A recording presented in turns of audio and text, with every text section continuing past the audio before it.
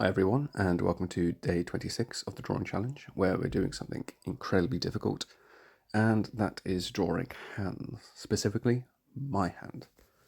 So I took a photo of my hand, and I'm going to be using that as a reference to my drawing here, and I'm doing a post-recording of my voice over this, so I can tell you already it didn't go well, and the chances are that you're probably going to know more than I do, so please let me know what I did wrong. But the process that I'm approaching it with is we're going to break down the structure of my hand using simple 3D shapes again. So my arm and wrist is going to be a 3D cylinder. I'm then going to use my palm as a cube, and then my thumb on the left here is going to be made up of a sphere and then two cylinders. And then we're going to connect them up with some just light sketches. And I think one thing I initially did wrong is the ball of your thumb that attaches to your wrist maybe should overlap a bit closer to this cube, and technically it should be two spheres.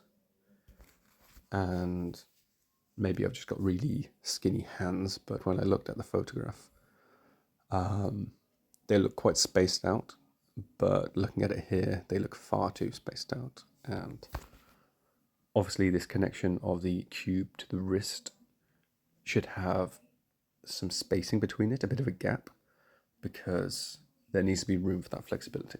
So this first attempt is a bit off, and these cylinders I'm using for the fingers are not 3D enough. Granted, the photo of my hand is quite flat.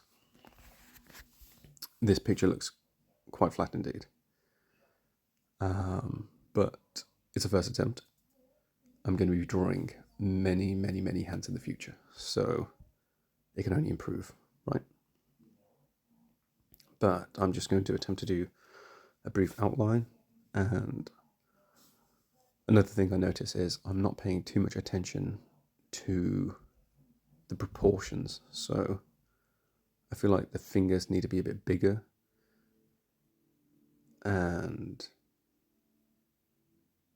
yeah, again, the spacing completely off, and there's not enough space around the wrist, so it looks quite flat. It looks like a bit of a spatula, but there really should be space for it to move around, and if I were to draw my hand at a different angle, there'd be more of a gap. So I'll actually be attempting this drawing again directly next to it, and hopefully I can somewhat improve it.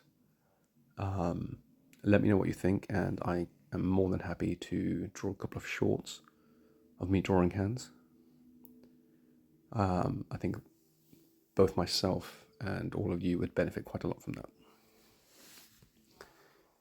Now I'm going to attempt to draw a very similar hand next to it, and hopefully make it a lot less spatula-like. But I think we've got a long way to go, and I should probably attempt this at a lot more different angles.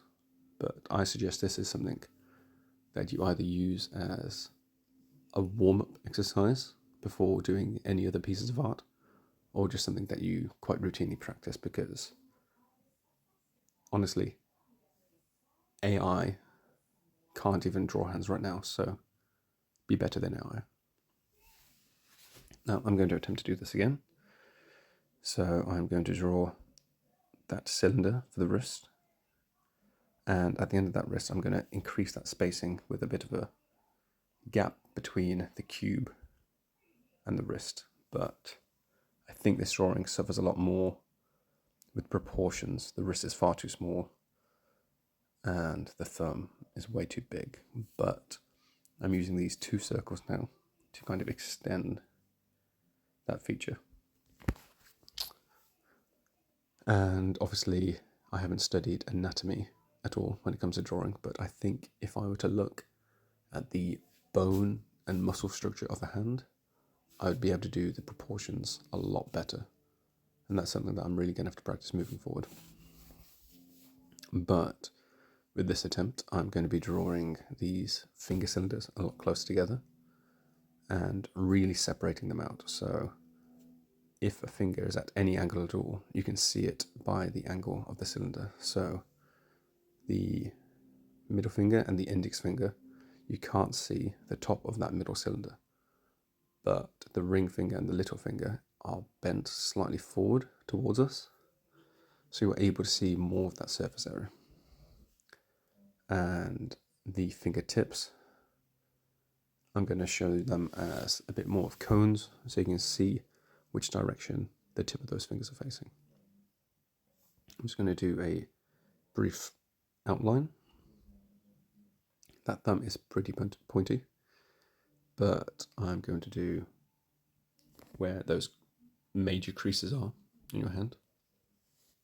Extend out the palm a little bit to give it a bit more shape, and then give some definition to the tips and edges of these cylinders.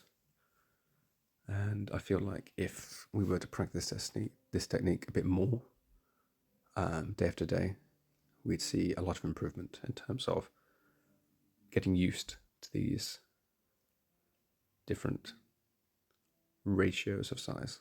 Maybe the palm to the end of your middle finger should be the same length as your actual palm. But that's it. We've attempted to draw two hands. I like to think that second one is more successful than the first. But that's it for today. I hope you were able to learn something and were able to draw alongside me. Thanks, everyone. Bye.